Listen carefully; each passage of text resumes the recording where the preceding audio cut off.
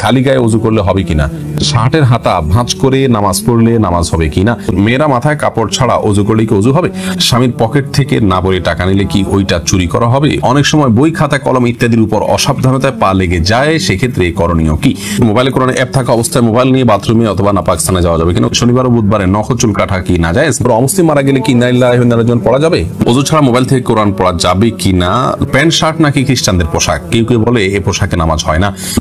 কামরুন নাহার বুলবুলি জানতে চেয়েছেন, অনেক সময় বই খাতা কলম ইত্যাদির উপর অসাবধানতায় পা লেগে যায়, সেক্ষেত্রে করণীয় কি, বই খাতা কলম ইত্যাদির উপর অসাবধানতা বশত যদি পাও লেগে যায় তাতে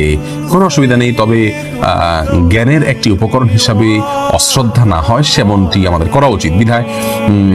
ইচ্ছাকৃতভাবে এমনটি করা উচিত নয়, কখনো হয়ে গেলে খুব দ্রুততার সাথে সেটাকে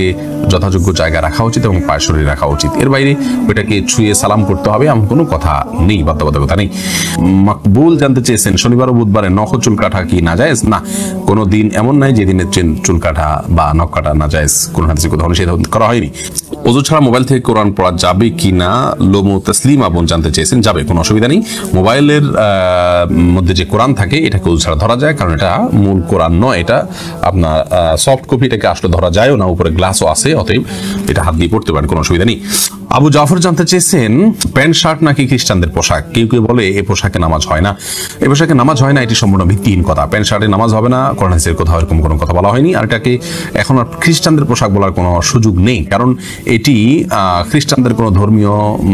আদর্শ থেকে ধর্মীয় বিশ্বাসের বাহক হিসাবে এটি যে আছে এমন নয়, আর দ্বিতীয় হলো যে খ্রিস্টানদেরই একান্ত আপনার পোশাক, তারাই শুধু পড়ে এমনও আর নাই, যার কারণে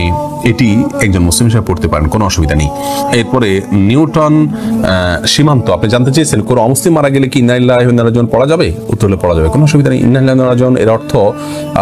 হলো যে আমরা নিশ্চয়ই সবাই আল্লাহর এবং আল্লাহর কাছে আমাদের ফিরে যেতে হবে, অমুসলিমের কথাও একই কথা প্রযোজ্য, কোনো অসুবিধা নেই, ওই অর্থের দিক থেকে পড়া যেতে পারে। এরপরে শিপন আহমেদ আপনি প্রশ্ন করেছেন, মোবাইলে কোরআন অ্যাপ থাকা অবস্থায় মোবাইল নিয়ে বাথরুমে অথবা নাপাক স্থানে যাওয়া যাবে কিনা, উত্তর হলো যাবে, কোনো অসুবিধা নেই, এটা ভেতরে আমাদের মনের ভিতরে যেরকম কোরআন আছে, আমাদের স্মৃতিতে যেরকম কোরআন আছে, ওটা নিয়ে আমরা বাথরুম যেতে পারি, মোবাইলের ভিতরেও ওইটা আছে, যেতে পারেন, কোনো অসুবিধা নেই। সুমাইয়া শিমু আপনি জানতে চেয়েছেন, স্বামীর পকেট থেকে না বলে টাকা নিলে কি ওইটা চুরি করা হবে, ওই টাকা দান করলে কি গুনাহ হবে, বোন সুমাইয়া, স্বামীর পকেট থেকে যদি আপনি টাকা নেন এবং স্বামী যদি জানেন মনসম্মতি যেটাকে বলে, তিনি জানেন যে হ্যাঁ আপনি নেন, কিছু বলেন না, এরকম হলে আপনি নিতে পারেন, যেটুকু তার মনসম্মতি আছে এটুকু, আর যদি তার মনসম্মতি না থাকে, এটা মানে একেবারে নিয়মতান্ত্রিক যেটাকে চুরি বলা হয়, সেটাই যদি হয় তাহলে সেটা আপনার জন্য জায়েজ হবে না, যদি তিনি আপনার ভরণ পোষণ এবং মৌলিক যে চাহিদা আপনার বা আপনার অধিকার, চাহিদা না, আপনার যে অধিকার আছে সেটা তিনি আদায় করে থাকেন, তাহলে সেক্ষেত্রে আপনি তার পকেট থেকে আর টাকা নিতে পারবেন না, যদি তার সম্মতি না থাকে। আর যদি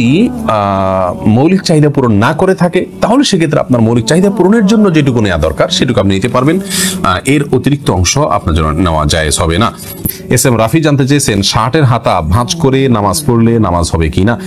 নামাজ হয়ে যাবে কিন্তু অনুচিত, হাদিসে নবী সাল্লাল্লাহু আলাইহি ওয়াসাল্লাম নিষেধ করেছেন পোশাক ভাঁজ করে যেন নামাজ পড়া না হয়, এটা মাকরুহ হবে। সাকিবুল হাসান জানতে চেয়েছেন, মেয়েরা মাথায় কাপড় ছাড়া ওযু করলে কি ওযু হবে, মাথায় যদি কাপড় ছাড়া ওযু করেন আপনি, তাহলে সেক্ষেত্রে আপনার ওযু